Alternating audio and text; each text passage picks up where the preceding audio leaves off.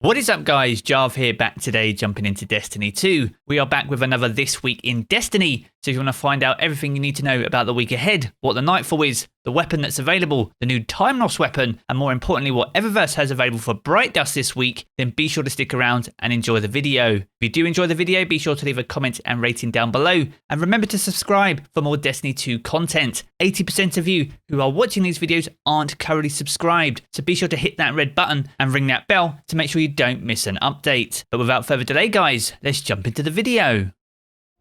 Another week and another weekly update. Now before we jump into the meat of today's video, I want to first invite you all to the Jarv Community Hub. This is a fast growing community Discord we have with nearly 5,500 amazing Guardians. So if you'd like to talk about Destiny, share your god rolls, or just get fire teams together to get things done, be sure to jump in. It's available to absolutely everyone, and you can find the link to our community Discord down in the video description below. Now jumping back into the weekly reset, this marks week 12 of Season of the Splicer, and with that we have the final week of Solstice of Heroes 2. So if you're still working through those armor objectives for your classes or those armor challenges, then be sure to take the time to get those done to make sure you get a completed set of Solstice of Heroes armor. Further still, be sure to make sure that any packages that you have in your inventory and Solstice key fragments are used up before the end of this week's weekly reset. They'll be removed from your inventories on the 3rd of August, so make sure to hand them all in and gain all the materials and loot that they offer to ensure that you're not missing out on any key materials ahead of Season 15. Now as well as the conclusion of the Solstice of Heroes, we have a brand new raid challenge in the master version of the Vault of Glass, and with this we get a brand new Timelost weapon for the current week. Now this week's challenge is called the Only Oracle for You, and this can be found at the Oracle encounter prior to the Templar fight over in the Vault of Glass.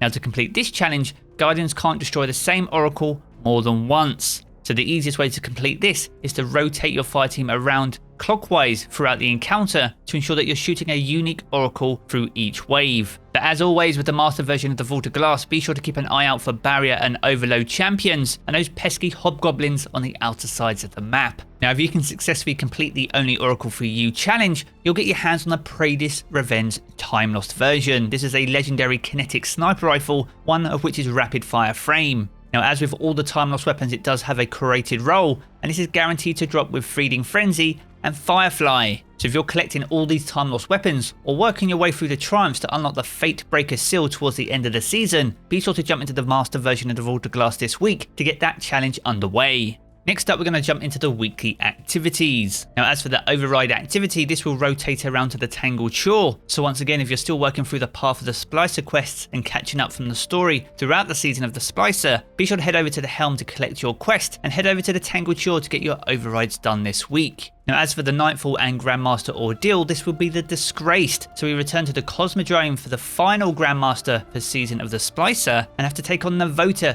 to get our hands on some sweet Adept loot. Now unlike in previous weeks, which has either had the Plug 1 Fusion Rifle, Hungary Scout Rifle or the Azum RR4 Sniper Rifle, this week we have triple rewards, so you can either get the Palindrome Hand Cannon, the Swarm Machine Gun or the Shadow Price Auto Rifle. And as well as having 3 weapons available, it's also double Nightfall rewards all week long. So it's a perfect opportunity to farm out these amazing weapons, but also the end game upgrade materials that Grandmaster Nightfalls can offer. And if you can complete the Grandmaster Ordeal this week, then you could be one of the first this season to finally gild their Conqueror title. And if you've missed out on a Grandmaster Nightfall from a previous week, don't worry, as the node for all the Grandmasters will appear next week. So if you're still chasing down 1 or 2 Nightfalls from earlier in the season, you'll be able to gild your title upon next week's weekly reset. Now as for the Crucible rotator this week, this will rotate around to Showdown, so if you enjoy that playlist and you want some easy Valor ranks, be sure to head over to the Crucible this week and get those games underway. Now as for the Legend and Master Lost sectors, these rotate on a daily basis. Now the Lost sectors in this video apply for the 27th of July only. Now first of all, we have the new Legend Lost sector for the day. This is the 1310 variant, and this can be found over on Europa. Now if we head over to the Bunker E15 Lost sector, if you can complete this solo, you have a very good chance of getting your hands on a new exotic helmet. So if you're still chasing down those god rolls for those helmets introduced with Beyond Light, be sure to head over to the Bunker E15 to get those runs underway.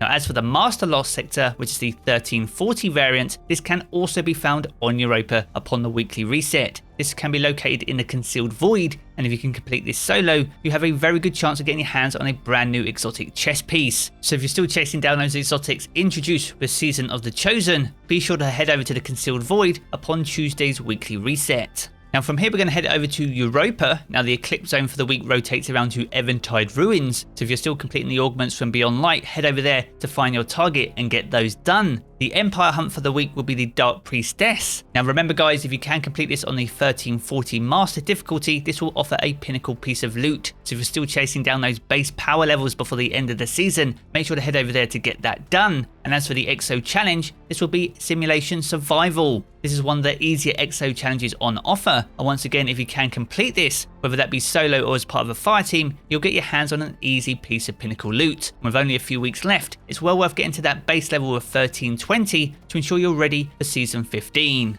Now moving on to the seasonal challenges, there are no new seasonal challenges for week 12. Season of the Splicer had 11 weeks worth of seasonal challenges, with only new triumphs introduced for the Solstice of Heroes event. So whilst there won't be any new seasonal challenges, it's well worth completing at least 75 of those to ensure you can complete the Master of All seasonal challenge. This will offer you a large pile of Bright Dust, which is 4,000 Bright Dust for you to spend ahead of Season 15. So if you fancy treating yourself on some new cosmetics in Season 15, make sure to get those challenges done and get your hands on that large pile of Bright Dust. Now for the most important part of the week, we're going to head over to Tess in the tower and see what she has available for Bright Dust upon this week's weekly reset. Now in the Bright Dust featured section, we have the BUOY shell. Now this is an exotic ghost that we thought was available last week, but in fact was replaced with the Goyster shell instead. So if you fancy getting your hands on this BUOY shell this week, be sure to head over to Tess and pick it up for 2,850 Bright Dust. Next we have the AUREATE Dawn exotic ship, introduced with the Solstice of Heroes. Now all the Solstice of Heroes cosmetics are very clean and match the aesthetics of the armor, so if you're a big fan of that, you can pick up this ship for 2,000 Bright Dust. Next we have the BAROQUE entrance. This is a transmat effect introduced with the Solstice of Heroes this year, so if you're collecting these, this will set you back 450 Bright Dust. Next up we have the Tangerine Gloss, a returning shader for this year's Solstice event. As you can see, it doesn't go with any of the armor pieces that I have equipped on my hunter currently, but if you're collecting shaders nevertheless, you can pick this up for 300 Bright Dust. Next up we have the Cable Skipper, a brand new emote introduced with this year's Solstice of Heroes event. So if you're looking to add this to your emote wheel, this will set you back 3,250 Bright Dust. Next up we have the Tropi Casual. This is an exotic ghost shell once again introduced with this year's Solstice of Hero event. So if you've been collecting these and want to add this to your ghost collection, this will set you back 2,850 Bright Dust. Next up with the Argentate DUSK, another exotic ship introduced with this year's Solstice event. Now this was an item I picked up for silver, so if you want to save your pennies, this will set you back 2,000 Bright Dust. Next up we have the Roller Dance, a legendary emote introduced with this year's Solstice event as well. Now this is a looping emote and will set you back 700 Bright Dust. Next up we have the No Fair emote, once again a legendary emote introduced with this year's event. So if you didn't think it was fair to pay silver for this emote earlier in the season, you can pick this up for 700 Bright Dust this time around. Now next up we have the Grey Nitrate. This is a exotic weapon ornament for the Suros Regime auto rifle. Now this was introduced with a previous Solstice of Hero event, but if you're still looking to add these to your collection, you can pick this up for 1,250 Bright Dust. And to round us out this week, we have the BIVALVE projection. This is a ghost projection introduced this season, so if you're collecting these for your ghost, this will set you back 1,500 Bright Dust.